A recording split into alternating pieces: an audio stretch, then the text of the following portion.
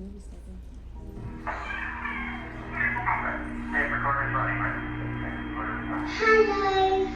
NASA. Hi, NASA. It's me. The day was one of the ones that stand out in my life 50 years later. We told each other, can you believe we're seeing this? We could just make out the grainy images on our little black and white television. It was just amazing to think that there were people on that moon up there that we could see. I had just turned 5, and we got to stay up late to watch it on television. It was July 20th, 1969. I remember feeling both excited and scared. It was just the most exciting thing that ever happened. I remember huddling around a very small black and white TV screen. I was the kid in school with the 3-foot Saturn V model rocket.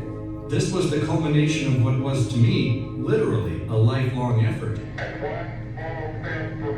One small step for a man, one giant leap for mankind.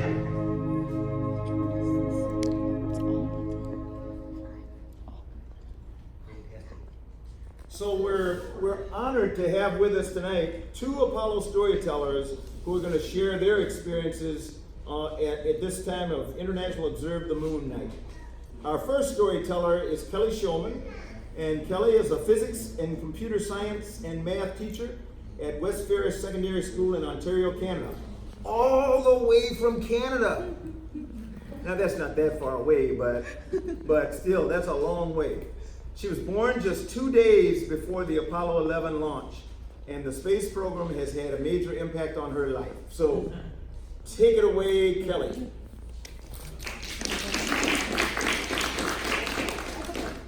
Okay. You ready? Okay. So, hi. I guess just my name's Kelly, and I'm from North Bay, Ontario. It's a community of about 55,000 people, about 200 miles north of Toronto. So I teach high school there. I teach computer science, math, and physics at West Ferris Secondary School, where we have about 700 students between grades 7 and 12. So standing up here today, I think I'm pretty far from home. I'm going to tell you tonight how I got to here. So I was actually just 2 days old when the Apollo 11 mission launched, and so I don't really remember that day specifically. But the lunar landing was a big event in my life, as I spent many, many days with my lunar Legos building landers and rovers and little space habitats for the astronauts that live there. In fact, I still have those. That's taken like, I don't know, a week ago in my backyard.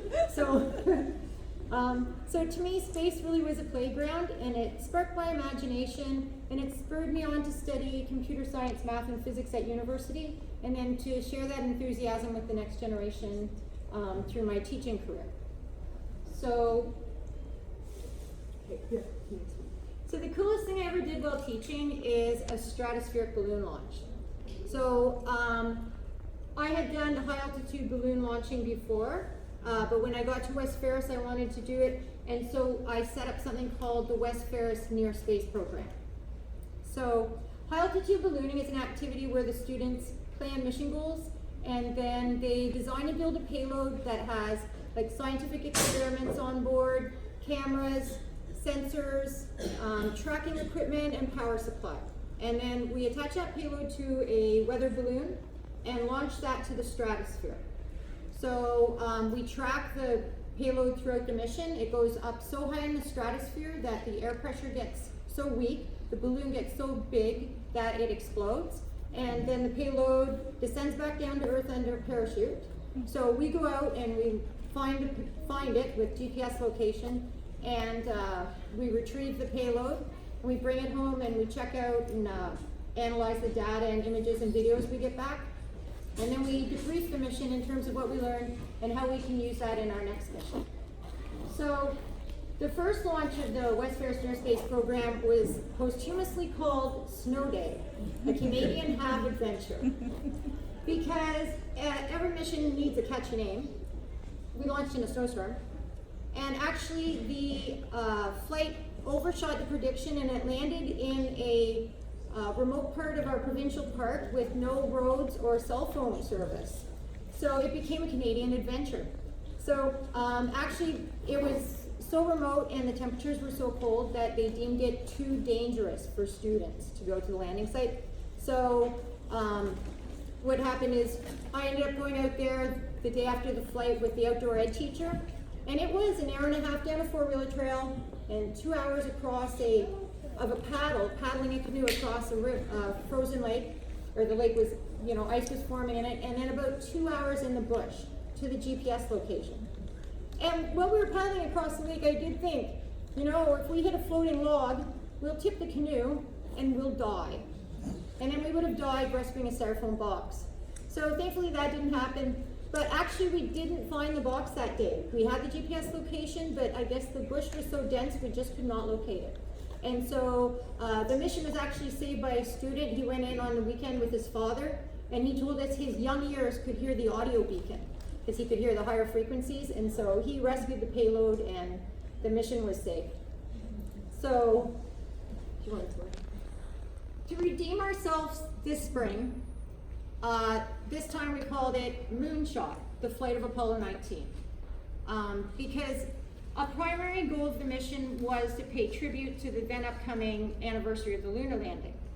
And so as you can see in this picture here, what we've done is we've got that little astronaut and holding the 50 flag and a little lander, and then that right there is a camera pointed right at it. So the goal here was to send this to the stratosphere and to capture an image of it with, Earth as the backdrop with space beyond, and that was what we were trying to do. So we had other goals on our mission. You can see that that's a payload stabilization inspired by a weather vane. So we're trying to stop our payload from spinning so we could get better video. So that was one thing we were doing. And this is a solar panel experiment. So we were looking at whether or not they were effective enough to use as a power supply, so we wouldn't have to send all these heavy batteries.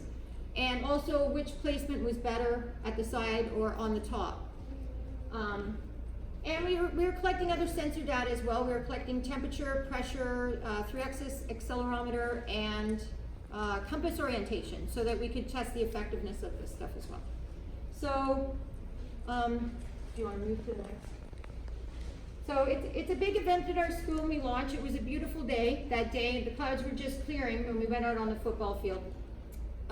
And the prediction was that the flight would land 25 miles south of our school in a rural area that had roads and cell towers.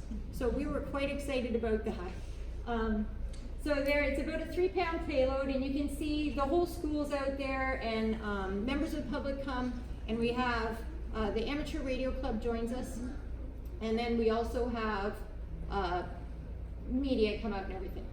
So the flight lasts about 2.5 hours. It's about 2 hours up until burst. That's right at burst. And then it's about 30 to 40 minutes back down under parachute. We tell them it's 40, but it's probably 30, but we're probably parachuting too fast. And it landed as predicted. It was maybe 500 meters off of a secondary road, and it was hanging. It was in space. It did go to space, and then it came back down under a parachute.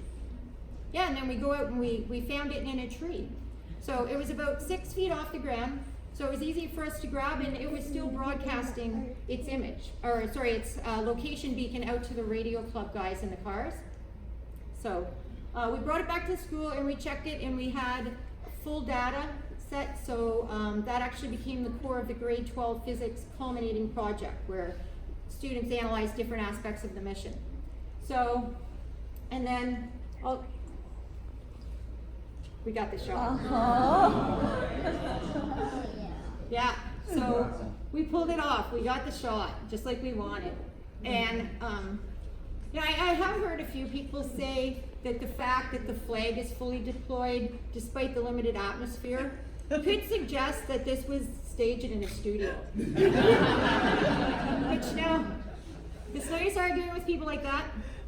So the kids and I knew what happened, and for me, this was a very elaborate birthday card to myself. So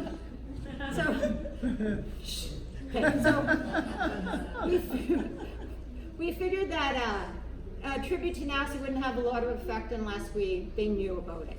So we looked around on the internet, and we ended up finding the Apollo Stories page. And so we didn't quite fit the parameters of an audio story, but I submitted our little story there in text along with some pictures. And then 2 days before my birthday, NASA sent me an email and they said that they'd included our little story about our mission in an article on the NASA website. So I was just thrilled. I clicked the link, I kind of cried a little bit, and then I'm not sure I remember turning 50. I was just really thrilled, and I thought, well, it doesn't get much better than this.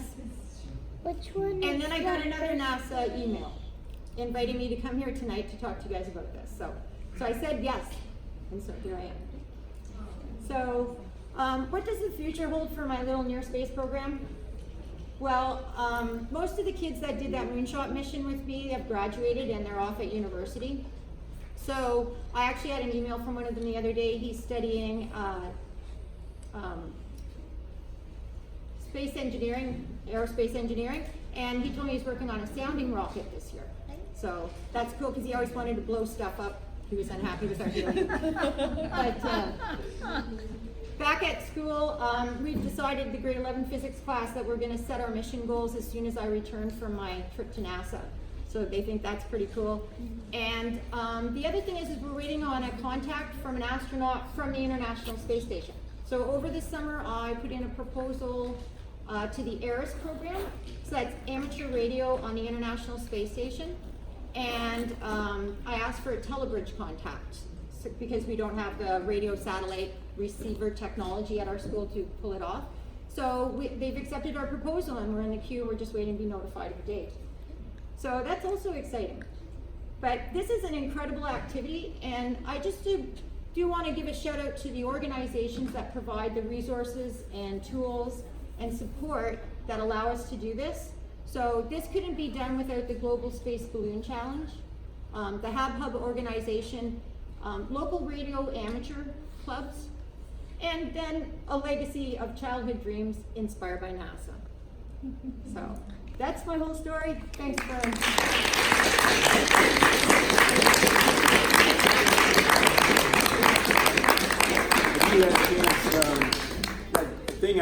As I was sitting there, Kelly's actually in the center, the NASA center. There are 9 NASA centers around the country, and the place that handles balloons and sounding rockets more than any other place is the Goddard Space Flight Center. And if you come back sometime and you talk to them, maybe they'll take you down to Wallops, which is about a 3-hour drive from here, and you can see them actually manufacture the